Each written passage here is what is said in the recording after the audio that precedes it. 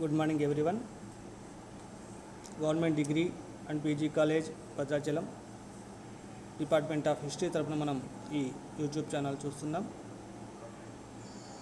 I am M Kiran Kumar, lecturer in history, government degree and PG college Bhadrachalam.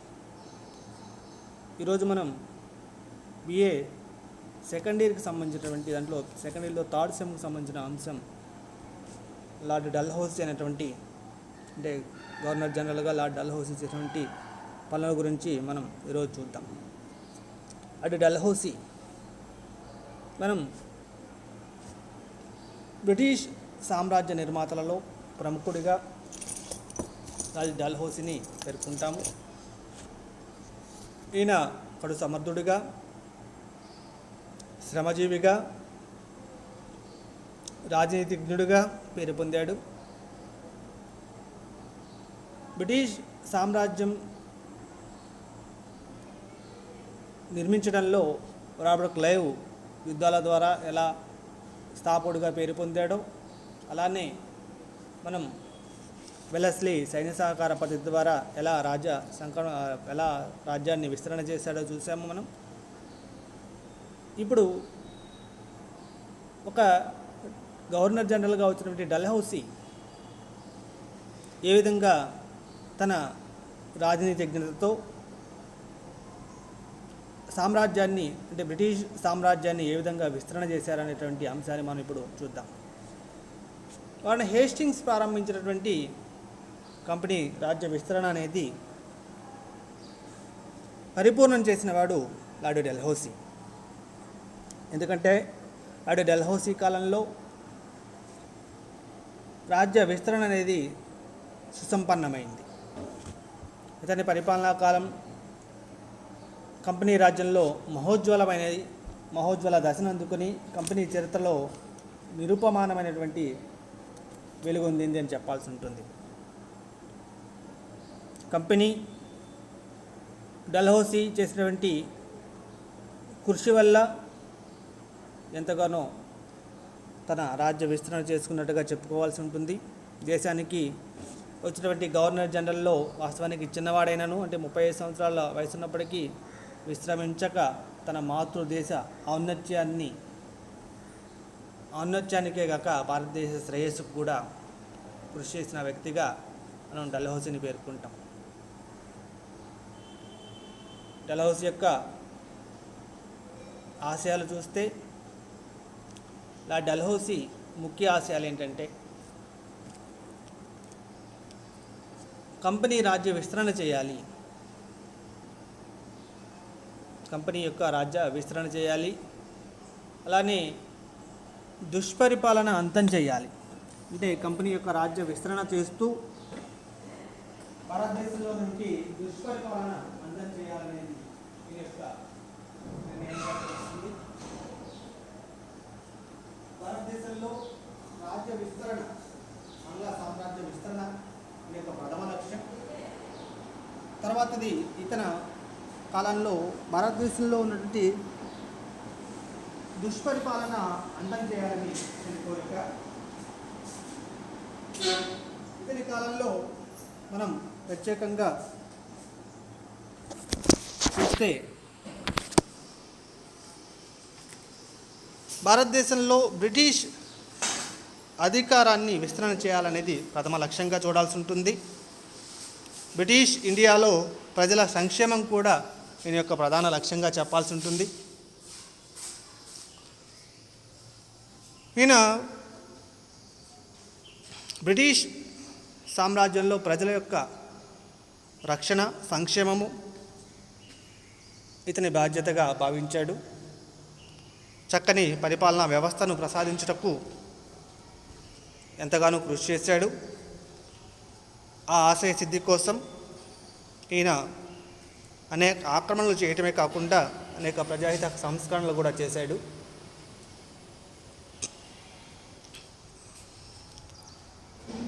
British సామ్రాజ్య విస్తరణ అనేది ఇతని లక్ష్యాల్లో ప్రథమమైన లక్ష్యంగా చెప్పాల్సి ఉంటుంది. అలానే దుష్పరిపాలన నెపంతో ఈయన దుష్పరిపాలన అనేటువంటి నెపంతో రాజ్య విస్తరణ చేయడానికి కూడా ఈయన ప్రయత్నం చేశాడని చెప్పాల్సి ఉంటుంది. ఇంకా తర్వాత బ్రిటిష్ ఇండియాలోని ప్రజల యొక్క సంక్షేమం కూడా ఇతని యొక్క ప్రధాన లక్ష్యంగా చెప్పాల్సి ఉంటుంది. చక్కని పరిపాలన వ్యవస్థను ఏర్పాటు చేయాలనేటువంటి లక్ష్యం ఇతనికి ఉంటుంది. దాని ఆశయ సిద్ధి కోసం అనేక ఆక్రమణలు చేయటమే కాకుండా అనేక ప్రజాహిత సంస్కరణలు కూడా ఈయన చేసినట్టుగా మనం చూడాల్సి ఉంటుంది. ముఖ్యంగా ఈయన పెట్టినటువంటి ప్రజాహిత సంస్కరణలు ఆధునిక భారతదేశ నిర్మాతగా ఇతనికి పేరవటానికి కూడా కారణమయ్యాయి.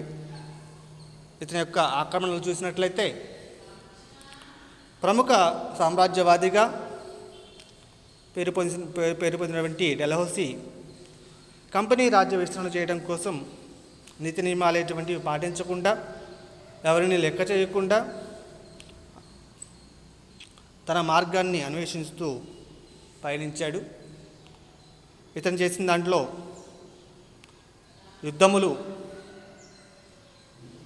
రాజ్య సంకలన సిద్ధాంతము, దుష్పరిపాలన నెపము, బిరుదులు భరణములు రద్దు చేయుట, బకాయిల నెపము, ఇలాంటి వాటిని అనుసరించి ఈయన రాజ్య విస్తరణ చేశాడని చెప్పి అనాల్సి ఉంటుంది. ముఖ్యంగా రాజ్య సంక్రమణ సిద్ధాంతం. రాజ్య సంక్రమణ సిద్ధాంతం అంటే డెల్హౌసీ కాలంలో సైన్య సహకార పద్ధతి యందు అనేక మంది స్వదేశీ సంస్థానాధిపతులు బుద్ధిమంతులై కావచ్చు, స్వార్థపరులై కావచ్చు, ప్రజాపీడిత విధానాలను అనుసరించడం వల్ల ఈ సంస్థానాధిపతుల దుష్పరిపాలన ఎక్కువ ప్రబలింది. ఈ దుష్పరిపాలనతో ఉండటంతో అక్కడున్న ప్రజలు విసిగి వేసారి స్వదేశీ సంస్థాన రాజులకు ఆంగ్ల రక్షణ ఉండుట వలన వారు తిరుగుబాటు చేయడానికి సిద్ధం కాలేదు. ఇటువంటి స్థితిలో స్వదేశీ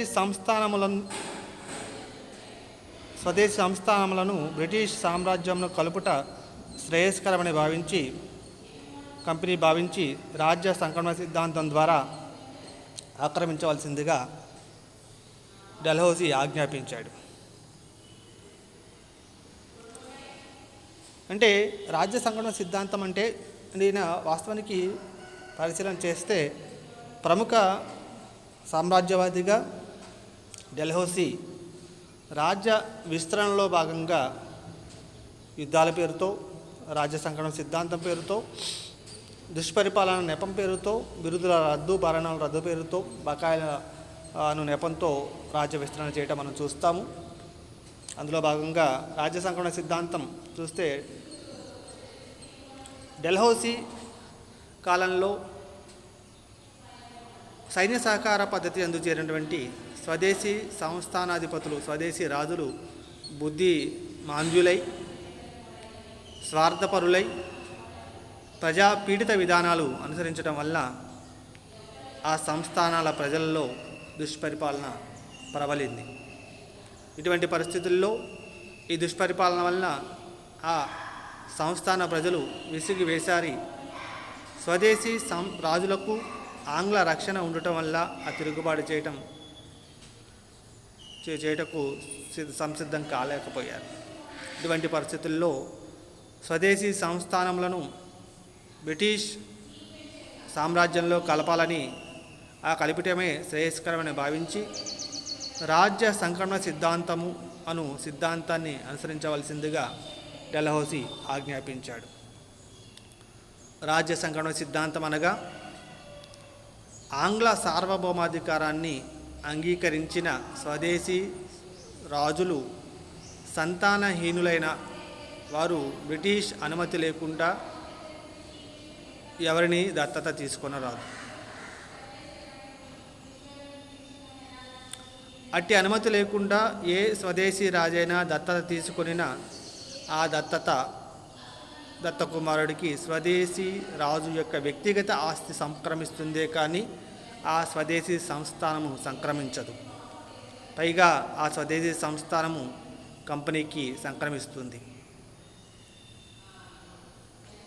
ఇది దత్తత తిరస్కరించుటకు కంపెనీకే అధికారం ఉంది. అంటే ఇక్కడ మనం చూస్తే రాజ్య సంక్రమణ సిద్ధాంతము అంటే ఆంగ్ల సార్వభౌమాధికారాన్ని అంగీకరించిన స్వదేశీ సంస్థానాలు ఏవైతే ఉన్నాయో వాళ్ళు సంతానహీనులైనట్లయితే బ్రిటిష్ వారి అనుమతి లేకుండా ఎవరిని దత్తత తీసుకోకూడదు. బ్రిటిష్ వారి అనుమతితోనే తీసుకోవాలి. అనుమతి లేకుండా తీసుకున్నట్లయితే ఆ స్వదేశీ సంస్థాన అధిపతులు ఎవరైతే ఉన్నారో వాళ్ళు తీసుకున్నట్లయితే దత్తపుత్రులకు స్వదేశీ సంస్థానం యొక్క రాజు యొక్క వ్యక్తిగత ఆస్తి సంక్రమిస్తుంది, కానీ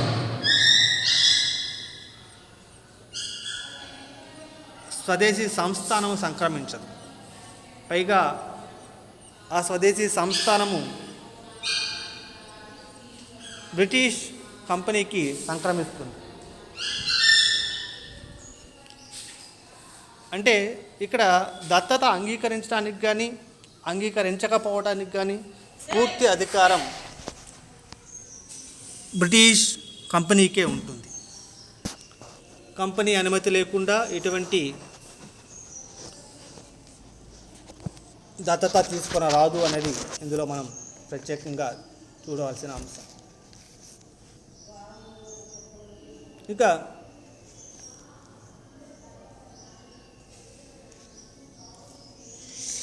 ఒక మాటలో చెప్పాలంటే దత్తతను ఆంగ్లేయులు అనుమతించిన స్వదేశీ సంస్థానాలు మాత్రమే దత్తత తీసుకోవాలి. అంటే బ్రిటిష్ కంపెనీ ఏదైతే ఉందో ఆ కంపెనీ చెప్పిన వారు వాళ్ళ యొక్క అనుమతి ఉన్నప్పుడు మాత్రమే దత్తత తీసుకోవాలి. అందుకు విరుద్ధంగా దత్తత తీసుకున్నట్లయితే స్వదేశీ సంస్థానము ఆ దత్తపుత్రుడికి వెళ్లకుండా కంపెనీకే సంక్రమిస్తుంది. కంపెనీ తన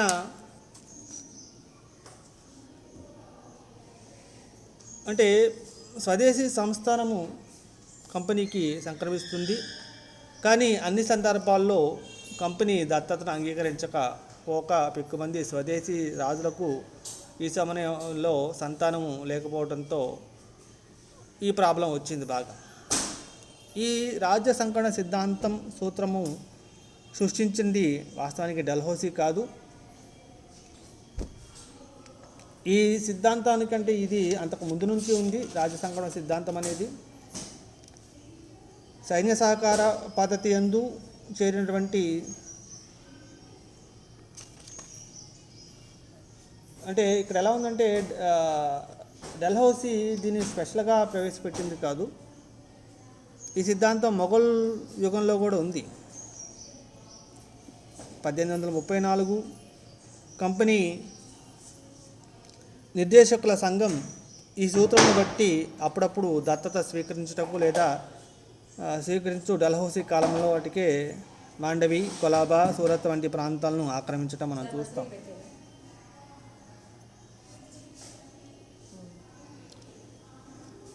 అయితే దీంట్లో మనకి ప్రత్యేకంగా చూడాల్సింది డల్హౌసీ సామ్రాజ్యవాది కావడంతో ఈ సూత్రం ఆయనకి బాగా ఉపయోగపడ్డది. నిర్దాక్షిణ్యంగా ఎవరికి దత్తత సంక్రమింపక అనేక స్వదేశీ సంస్థానాలను ఈయన ఆక్రమించడం మనం చూస్తాం. ముఖ్యంగా ఈ సిద్ధాంతం ప్రకారం సతారా, నాగపూర్, జౌధ్పూర్, సంబల్పూర్, భగత్ అంటే పంజాబ్లో ఉంది, ఉదయ్పూర్, ఝాన్సీ మొదలగు స్వదేశీ సంస్థానాలను డల్హౌసీ ఆంగ్ల సామ్రాజ్యంలో కలిపాడు. అంటే మనం ఇప్పుడు చూస్తే డల్హౌసీ ఈ రాజ్య సంకలన సిద్ధాంతాన్ని స్పెషల్గా తీసుకొచ్చింది కానే కాదు, అంత క్రితం కూడా ఉంది. కానీ ఎందుకంటే 1834 టైంలోనే డల్హౌసీ మనం దీంట్లో మొఘల్ యుగంలోనే ఉంది. అంత క్రితమే సూరత్, కొలాబా ఇలాంటి ప్రాంతాలను ఆక్రమించడం ఉన్నది. కానీ ఇది ఆయనకి ఉపయోగించుకుని ఇలా చేయవచ్చు అనేటువంటి అవకాశం ఆయనకు ఉంది కాబట్టి దాన్ని ఆయన ఉపయోగించుకొని నిర్దాక్షిణ్యంగా అనేక స్వదేశీ సంస్థానాలకు దత్తపుత్రులను అంగీకరించకుండా ఇప్పుడు సతారా కావచ్చు, నాగపూర్ కావచ్చు, జోధ్పూర్ కావచ్చు, సంబల్పూర్ కావచ్చు, భగత్, ఉదయ్పూర్, ఝాన్సీ ఇలాంటి స్వదేశీ సంస్థానాలను ఆంగ్ల సామ్రాజ్యంలో కలపడం మనం చూస్తాము. అంటే ఇక్కడ రాజ్య సంగుణ సిద్ధాంతం ఈయనకి బాగా ఉపయోగపడ్డది, రాజ్య విస్తరణ చేయడానికి ఈయనకి బాగా ఉపయోగపడ్డది. ఈ రాజ్య సంగుణ సిద్ధాంతం భారతదేశంలో ప్రవేశపెట్టుట వాస్తవానికి సమంజసముగా లేదని చాలామంది అంటారు. ఎందుకంటే రాజ్య సంకలన సిద్ధాంతం భారతదేశ ఆచార సాంప్రదాయాలకు విరుద్ధంగా ఉంది. ఎందుకంటామంటే భారతదేశంలో దత్తత తీసుకునే అధికారం ఒక వాస్తవానికి హిందూ న్యాయ సమ్మతమైనది. కానీ దత్తకుమారుడికి వ్యక్తిగత ఆస్తి సంక్రమిస్తుంది, కానీ రాజ్యం సైతం సంక్రమిస్తుంది వాస్తవానికి హిందూ దాని ప్రకారం. కానీ ఇక్కడ హక్కుని హిందూ ధర్మశాస్త్రాలన్నీ గుర్తిస్తున్నాయి.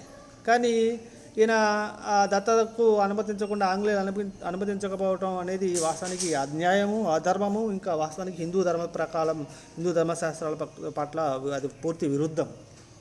అంటే ఆయన రాజ్య సంకలన సిద్ధాంతం పేరుతో రాజ్యాన్ని ఎట్లయినా ఆక్యుపై చేయాలి, ఆయన ఉద్దేశం రాజ్యాన్ని ఆక్రమించడమే ఆయన లక్ష్యం.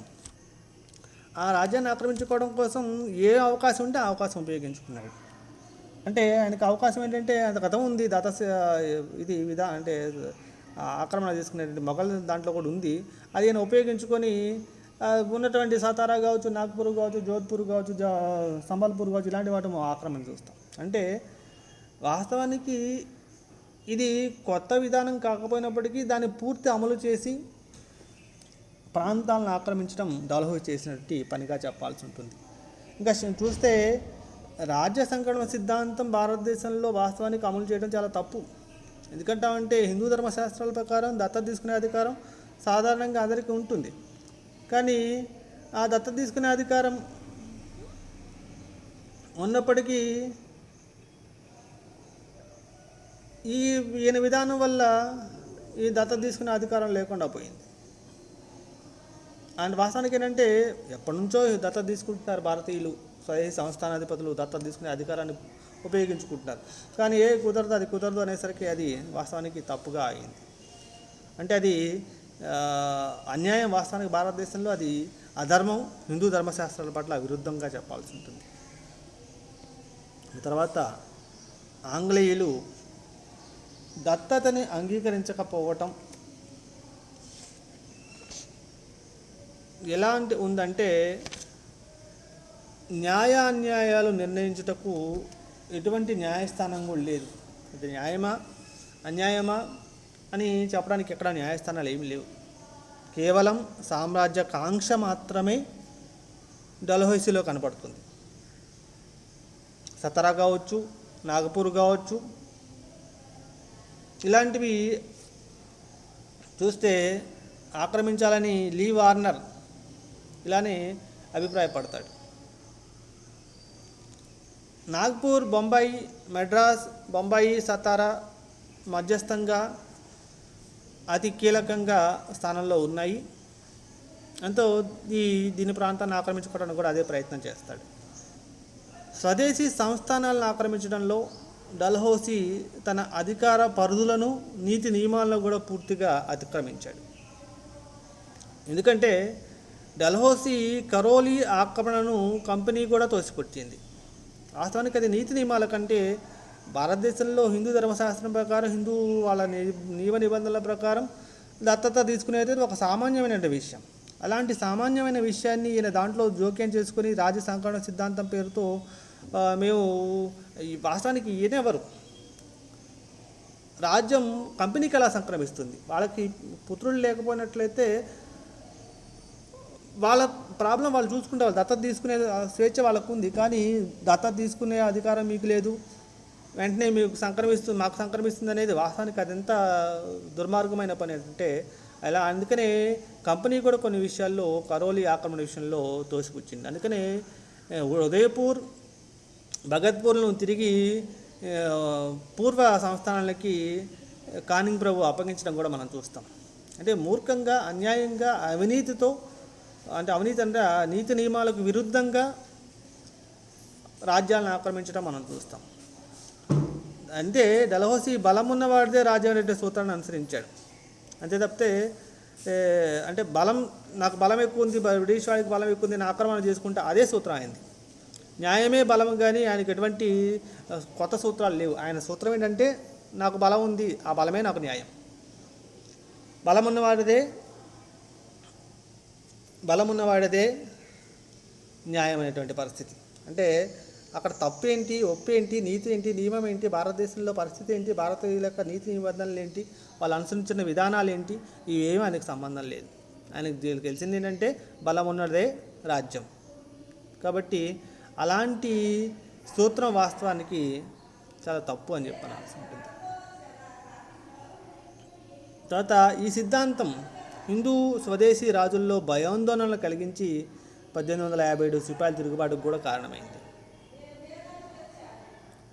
అంటే చాలామంది హిందూ రాజులు భయపడ్డారు, ప్రతి దానికి ఎప్పుడూ ఆక్రమించుకుంటారనే భయం. ఈ భయం కూడా వాస్తవానికి వీళ్ళు తిరుగుబాటు చేయడానికి 1857 సిపాయిల తిరుగుబాటులో పాల్గొనడానికి కూడా కారణమైంది. తుదకు ఆంగ్ల ఉద్యోగులైన సర్ హెన్రీ లారెన్స్ స్లీమన్ లాంటి వాళ్ళు కూడా ఈ సిద్ధాంతాన్ని వ్యతిరేకించారు. అంటే బ్రిటిష్ వాళ్ళు కూడా ఈ సిద్ధాంతాన్ని వ్యతిరేకించారు. ఎందుకంటే అది ఒక దుర్మార్గంగా ఆలోచన విధానం. అది ఏ దేశపు ప్రజలైనా ప్రభుత్వ పాలన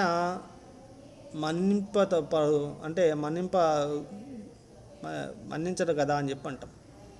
అంటే నీకు అవకాశం ఉంది, నీ దగ్గర బలం ఉంది, నేనే ఆక్యుపై చేస్తాను, నాకు బలం ఉంది కాబట్టి బలమే న్యాయం అంటూ ఆక్యుపై చేస్తా అంటే వాస్తవానికి బ్రిటిష్ వాళ్ళు కూడా దాన్ని అంగీకరించలేదు.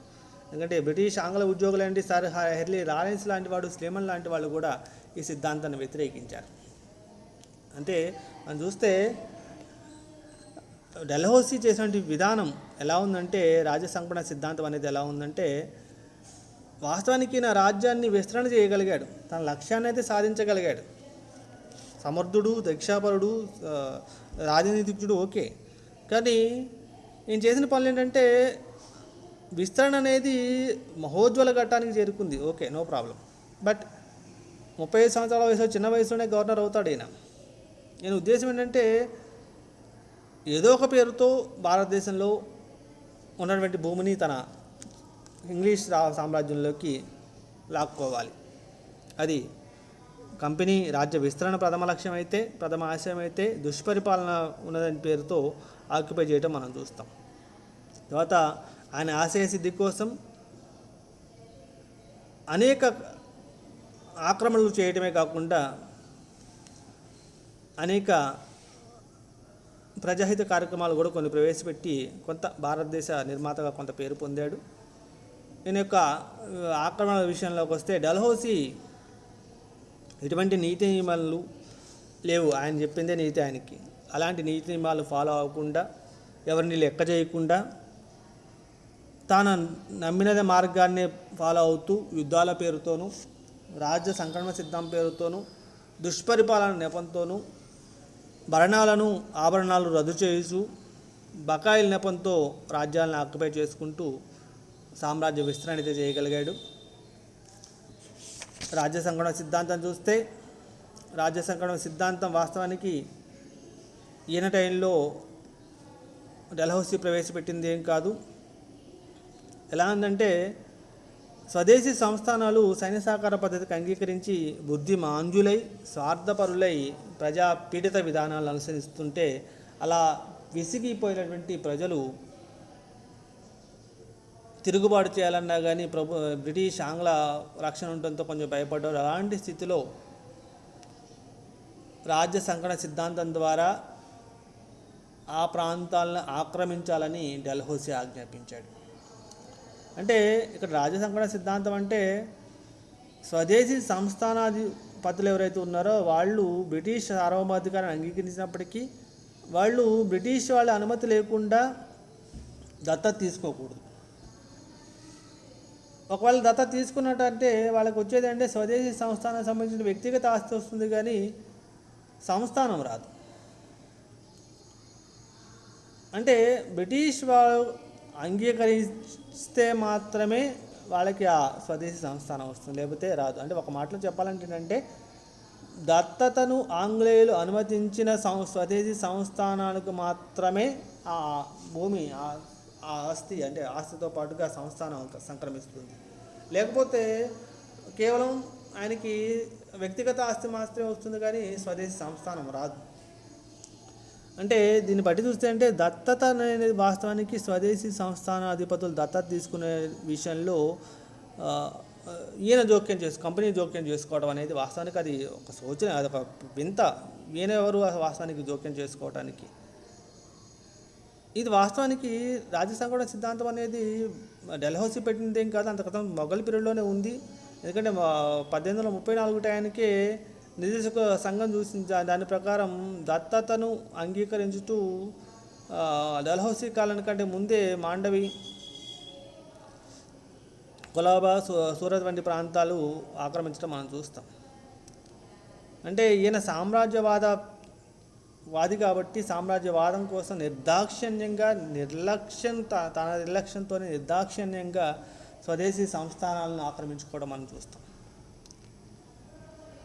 సతారా, నాగపూర్, సబల్పూర్, జంబల్పూర్, భగత్, తర్వాత ఉదయ్పూర్, కరోరి ఇలాంటి ప్రాంతాలను నిర్దాక్షిణ్యంగా ఆంగ్ల సామ్రాజ్యంలో కలిపేశాడు.